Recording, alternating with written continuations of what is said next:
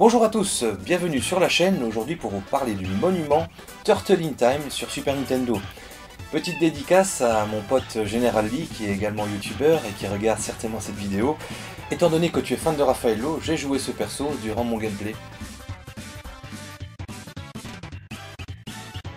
C'est un beat'em up, tout ce qu'il y a de plus classique, sorti en 92 et édité par...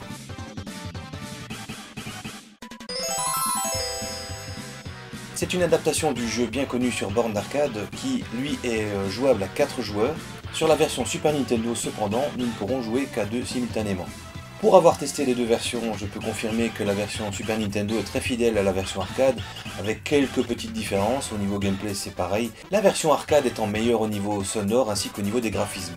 Au niveau des modes de jeu, vous pourrez jouer à 1 joueur, 2 joueurs, en mode time trial, donc vous devrez battre votre score au niveau du temps, et également le mode duel, où vous pourrez affronter un peu comme un jeu de combat, un adversaire, mais ça ne sera pas un jeu de combat, donc ça reste au niveau des manipulations la même chose que pour le beat'em up. Vous devrez dans ce jeu parcourir 8 niveaux très différents pour affronter le terrible Shredder, qui est votre ennemi de toujours. Les 4 tortues seront jouables dans ce titre, vous pourrez sélectionner la tortue avec laquelle vous voulez jouer. Vous allez pouvoir opter dans les options pour un différent panel de couleurs, c'est-à-dire dans le dessin animé, les tortues auront toutes la même teinte de vert. Par contre, si vous optez pour le mode comics, donc comme dans la BD, visiblement, que je n'ai pas connu, vous pourrez opter pour d'autres teintes de couleurs. C'est également dans les jouets Kenner d'époque, les tortues avaient une teinte différente également. J'ai un petit faible pour la version comics, vous pourrez distinguer vos tortues plus aisément. Et l'avantage également, cela leur donnera une certaine personnalité aussi, le fait d'avoir une teinte de peau différente. Au niveau du gameplay, ce sera très simple, uniquement 2 touches, la touche pour sauter, la touche pour frapper, tout simplement. Vous pourrez également dasher et réaliser des attaques en l'air, donc il n'y a rien de plus simple pour la prise en main. L'aventure va se boucler assez facilement et assez rapidement, sauf si vous désirez opter pour le one credit, et là ça sera nettement plus compliqué. L'aventure sera ponctuée d'une dose d'humour récurrente, ce qui n'est pas pour me déplaire, je vous laisse constater cela.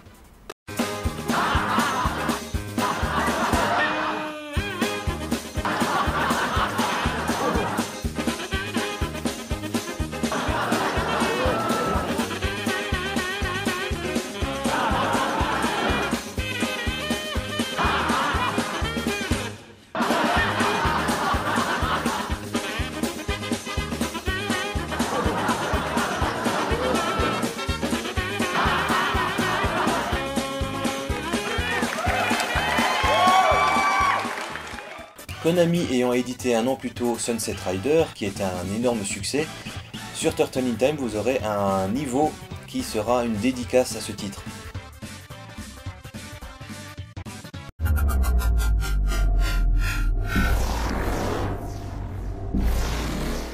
N'étant pas fan de difficultés insurmontables ou excessives, ma compagne et moi ayant joué à ce titre, nous avons passé un très bon moment. C'est dire à quel point il est agréable d'y jouer à 2.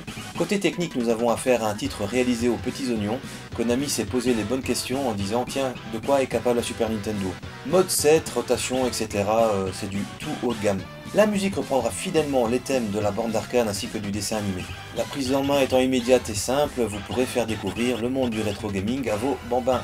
Le titre étant assez court, la rejouabilité est très bonne, malgré le fait que peu importe quel personnage vous allez opter, le gameplay ne s'en trouvera pas transcendé.